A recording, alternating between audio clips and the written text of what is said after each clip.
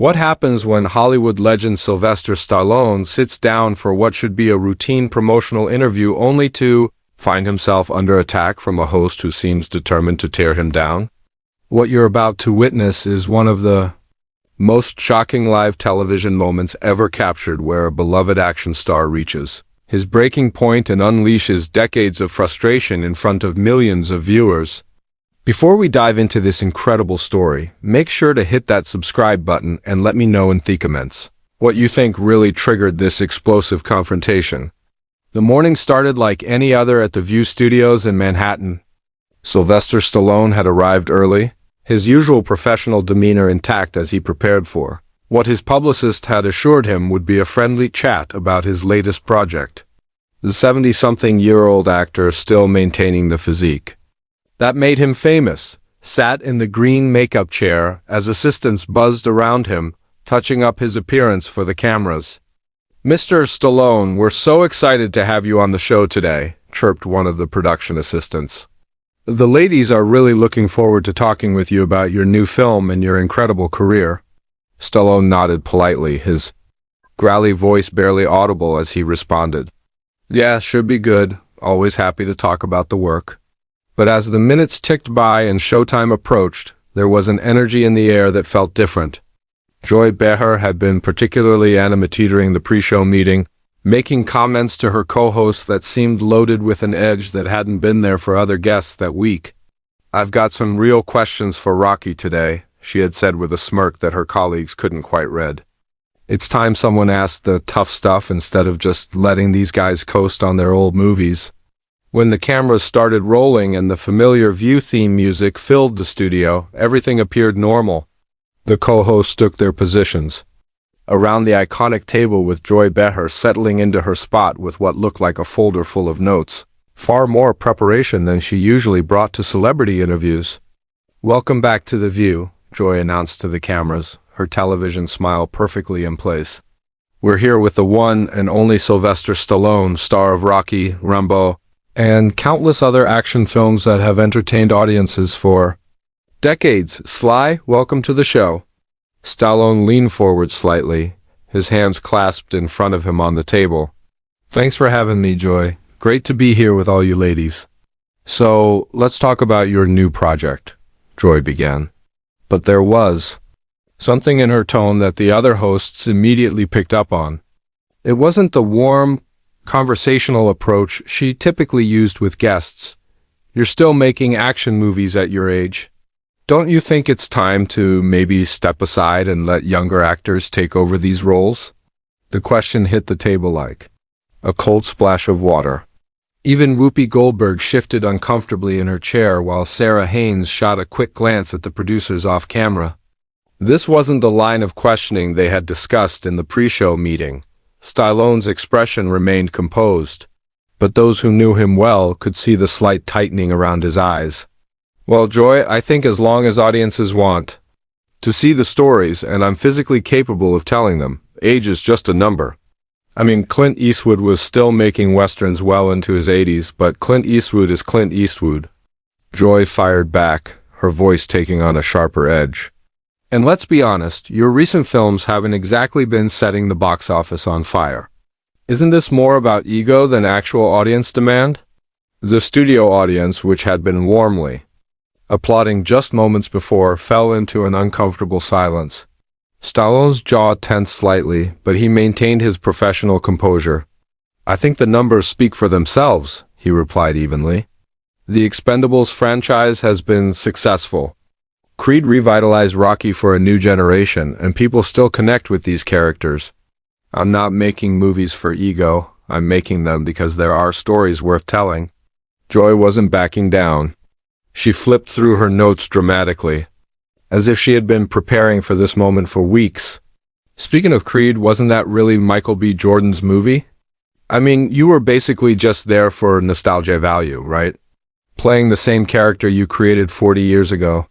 "Joy," Whoopi interjected gently, clearly trying to steer the conversation back to safer ground. "I think what we're all curious about is how Sly keeps himself in such incredible shape for these demanding roles." But Joy wasn't interested in changing direction. She had locked onto her target, and something in her demeanor suggested this had become personal, though no one in the studio could understand why. No, I want to hear his thoughts on this.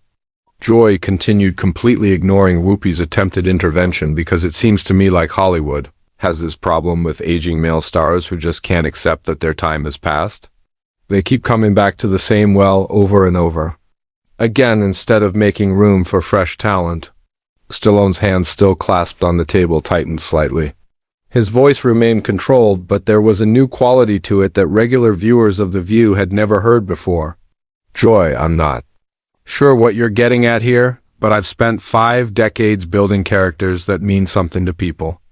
Rocky Balboa isn't just a movie character to a lot of folks.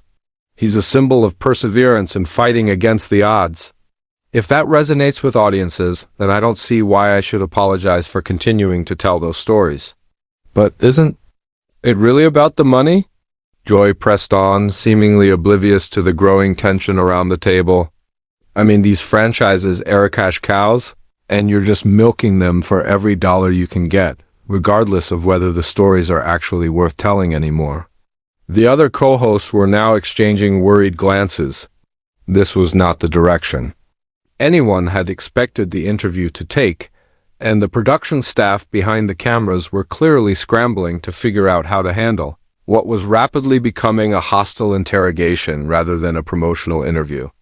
Stallone took a deep breath, his decades of media training kicking in as he tried to navigate what had become an increasingly uncomfortable situation.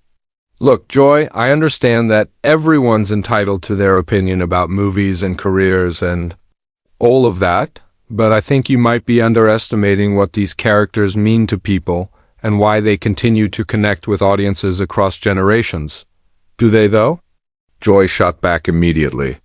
Or is it just Hollywood's old boys club protecting each other and green lighting projects because of who you know rather than the quality of the material?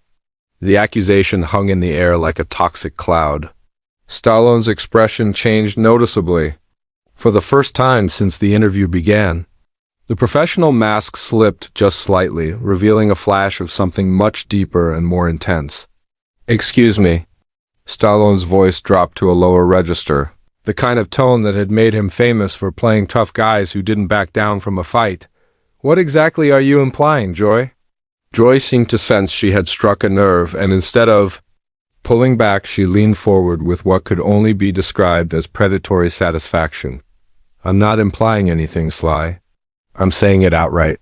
Hollywood is a business built on relationships and favors and actors like you have been benefiting from that system for decades, while newer, more diverse talent gets pushed aside. The other hosts were now visibly uncomfortable.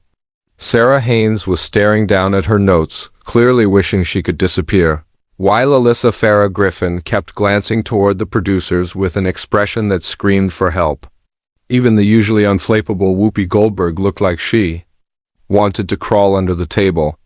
Joy, maybe we should move on to talking about Sly's philanthropy work, Whoopi suggested, her voice carrying a warning tone that Joy seemed determined to ignore.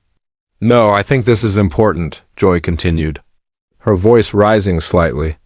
We talk all the time on this show about representation and giving opportunities to underrepresented groups, but then we celebrate actors who keep taking up space that could go to someone else. Stallone's eyes narrowed, and for a moment the cameras caught something that viewers would replay countless times in the coming weeks.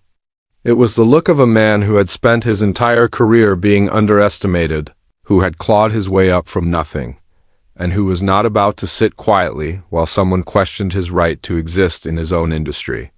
Let me tell you something. Joy, Stallone began, his voice steady, but carrying an undercurrent of barely controlled intensity. I didn't get handed anything in this business. I wrote Rocky because nobody would give me a shot. I sold my dog to pay rent while I was trying to get that script made. When the studios wanted to buy it, they wanted to cast somebody else, somebody more established, somebody who fit their idea of what a leading man should look like. But that was 50 years ago. Joy interrupted, seemingly unable to read warning signs that were obvious to everyone else in the room. What have you done lately besides recycle the same character over and over? The studio audience was dead silent. Now, even the camera operators seemed to be holding their breath, sensing that they were witnessing something that would be talked about for years to come. Stallone's hands unclenched from the table, and he leaned back in his chair, his posture changing from defensive to something